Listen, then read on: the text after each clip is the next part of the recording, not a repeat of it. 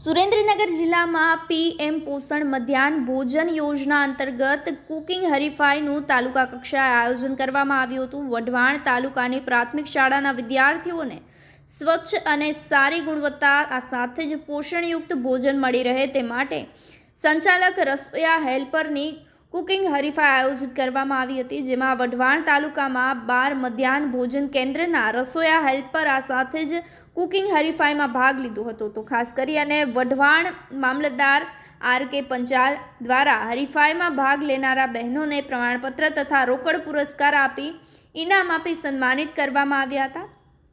હરીફાઈમાં પ્રથમ વિજેતા સોલંકી જનકબેન રમેશભાઈને રોકડ ₹5,000, બીજા નંબર પર પરમાર અંબાબેન સિંહને 4,000 રોકડ ઇનામ આપી આ સાથે જ જોશી હર્ષાબેનને 3,000ની સાથે પ્રમાણપત્ર આપી તેમનું સન્માન કરવામાં આવ્યું હતું। કાર્યક્રમમાં વઢવાણ નાયબ મામલતદાર એમલબેન ડી ત્રિવેદી આ સાથે જ મભઈ સુપરવાઇઝર લીલાબેન બી રાઠોડ, મધ્યાહન ભોજન યુનિયન પ્રમુખ મનોજભાઈ અલગોતર, હરીફાઈના 12 જેટલા વિવિધ વિભાગના જજીસ અને વાલીગણ સહિતના વઢવાણ તાલુકાના મધ્યાહન ભોજન કેન્દ્રના સંચાલકો પણ આ તકે ઉપસ્થિત રહ્યા હતા।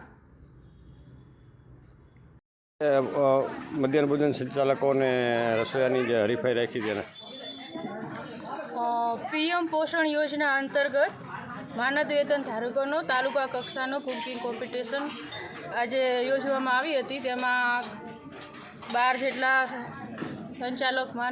સંચાલકો રસોઈયા કે મદદનીશે ભાગ લીધો હતો અને એમાં 1, 2 અને 3 એવા નંબર આપવામાં આવ્યા હતા। પહેલા નંબરને ₹5,000, બીજા નંબરને ₹4,000 અને ત્રીજા નંબરને ₹3,000નું ઇનામ આપવામાં આવશે।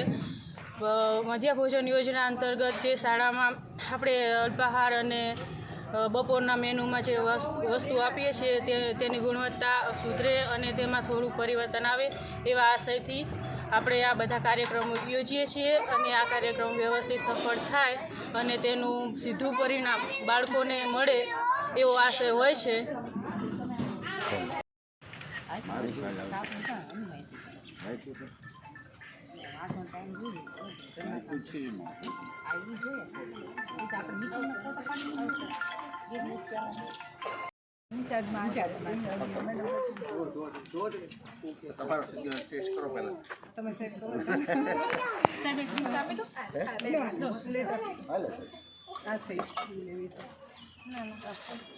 સ્ટીલ નહીં આપે તમારે સ્ટાર્ટ કરો એમ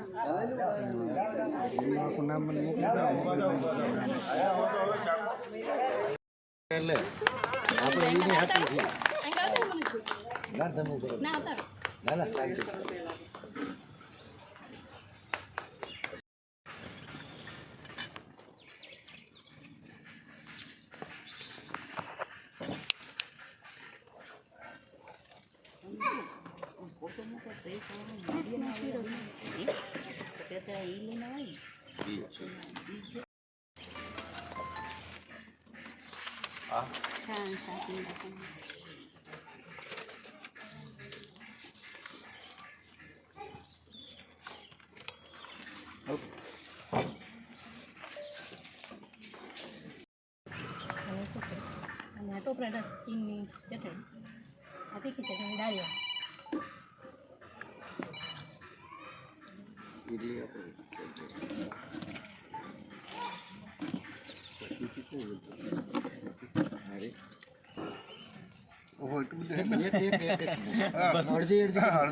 અડધી કરી નાખો, આમાં મૂકી દો। 25% કરી નાખો ને, 25% નહીં, 4 ભાગ કરી નાખો।